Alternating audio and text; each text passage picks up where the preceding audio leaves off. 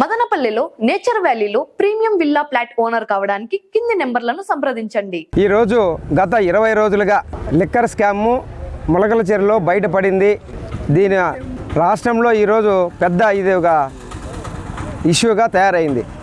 ఈ లిక్కర్ విషయంలో మేము చెప్పదలుచుకుంది ఏమంటే, కల్తీ మద్యంలో పునాదులేసింది, భూమి పూజ చేసింది, దానికి నాంది పలికింది వైసీపీ ప్రభుత్వం గతంలో. అంతకుముందు ఈ భూమి బ్రాండ్ అంట, గోల్డ్ మెడల్ అంట, ప్రెసిడెంట్ మెడల్ ఎవరికి తెలియవు. ఇవి నేర్పించింది, ప్రజలకు పరిచయం చేసింది వైసీపీ ప్రభుత్వం. ఈరోజు ఏడో మారుమూల పల్లిలో ఏదో బయటపడిందని చెప్పి దాన్ని రాష్ట్ర ఇష్యూగా, రాష్ట్రంలో ప్రజలు చనిపోతూ ఉన్నారు అని చెప్పి ఒక కట్టుకథ అల్లి ఒక ప్రణాళికబద్ధంగా ఈ వైసీపీ నాయకులంతా కూడా వాళ్ళు తయారు చేపించి వాళ్ళ మూలాలు ఇక్కడ దుద్ది ఇక్కడ తెలుగుదేశం నాయకుల మీద, తెలుగుదేశం పార్టీ మీద ఈరోజు బురద చల్లే ప్రయత్నం చేస్తూ ఉన్నారు జగన్ అండ్కో. వీళ్ళు జోగి రమేష్ మాట్లాడతాడు. జోగి రమేష్ ఈ యొక్క తెలుగుదేశం గవర్నమెంట్లో ముందు రావడానికి ముఖ్య కారకుడు జోగి రమేష్. ఈ యొక్క లిక్కర్ స్కామ్లో ప్రధాన నిందితుడైనటువంటి జనార్దన్ రావు స్వయంగా చెప్పాడు, నాకు ఆయన చేసిన చాటింగ్స్ అయితేమి, ఆయన మాట్లాడే మాటలు అయితేమి అన్ని రికార్డు మూలంగా ఆయన బయట పెట్టాడు ఈరోజు పత్రికాముఖంగా కూడా. ఆయన చెప్పిన దాంట్లో జోగి రమేష్ పాత్ర ఉంది.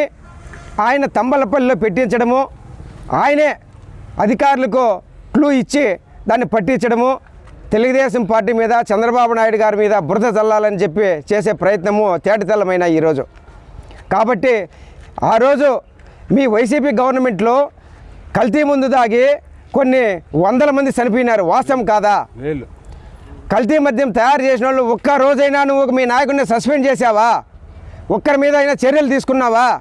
అదే మా నాయకుడు తెలిసిన మరుసటి రోజే మా నాయకులు ఎంతటి వారినైనా ఉపేక్షించొద్దండి, ఇమ్మీడియట్గా పార్టీ నుంచి సస్పెండ్ చేశాడు.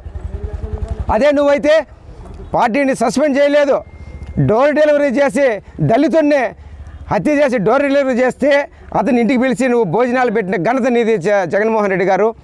అదేవిధంగా కల్తీ ముందు తాగి చనిపోతే ఒకే రోజు 6 మంది కల్తీ మద్యం తాగి చనిపోతే వాళ్ళ మీద ఎలాంటి చర్యలు లేవు. ఎమ్మెల్సీ బుద్ధా వెంకన్న గారు కారులో ప్రయాణిస్తూ ఉంటే పబ్లిక్గా రాడ్లతో హత్యా ప్రయత్నం చేస్తే వాళ్ళకు నువ్వు ప్రమోషన్ ఇచ్చి నీ పార్టీలో ప్రమోషన్ ఇచ్చావు. ఇలాంటి చరిత్ర నీది. తెలుగుదేశం పార్టీలో మరగా ఏ మాత్రం పడినా చంద్రబాబు నాయుడు గారు ఉపేక్షించారు. తెలుగుదేశం పార్టీ క్రమశిక్షణ గల పార్టీ, మా నాయకులు క్రమశిక్షణ నాయకుడు, మేమంతా కూడా ఆయన అడుగుజాడల్లో క్రమశిక్షణ నడిచే నాయకులం. కాబట్టి ఈ యొక్క కల్తీ మద్యం కేసు ఈరోజు చంద్రబాబు నాయుడు గారు సిట్టేశారు. ఆ సిట్టులో ఎవరు దీని మీద వెనకున్నారు, ఎవరెవరు దీని నిజాలు బట్టబయలు రోజు దగ్గరలో ఉన్నాయి. కాబట్టి రాష్ట్ర ప్రజలు కూడా గమనించాలి.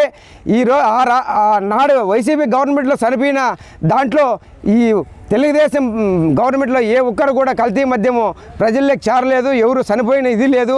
వాళ్ళ అపోహలు, వాళ్ళ యొక్క కల్పితాలు నమ్మొద్దండి అని చెప్పి మేము తెలియజేస్తూ ఉన్నాం.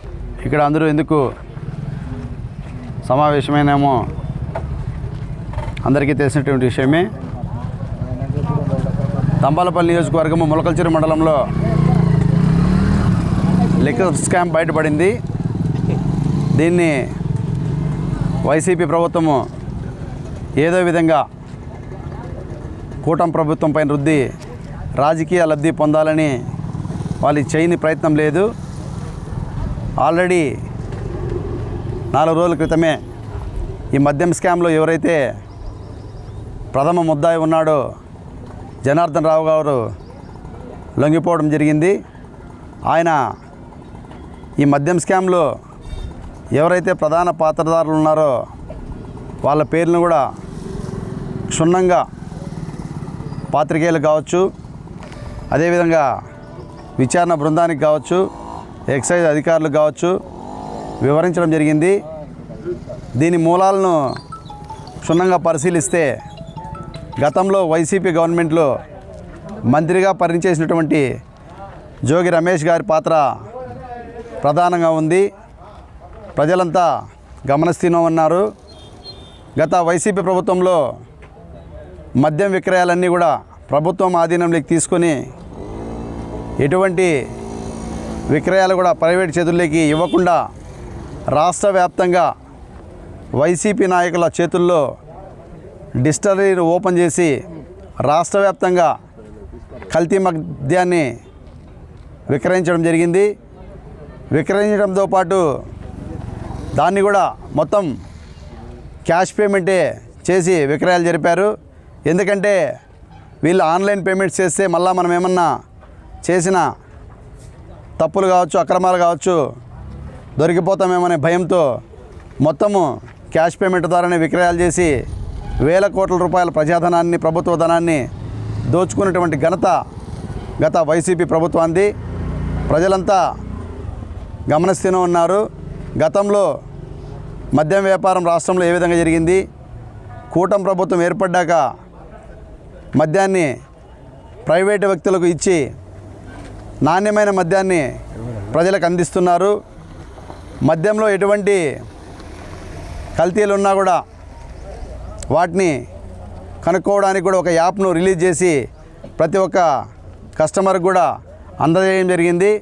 ఏ ఒక్క షాపులో కూడా కల్తీ మద్యాన్ని విక్రయించినట్టయితే వాళ్ళే స్వయంగా దాన్ని ట్రేస్ చేసి కంప్లైంట్ చేసేదానికి కూడా ఒక ప్రభుత్వం టోల్ ఫ్రీ నెంబరు ఇవ్వడం జరిగింది.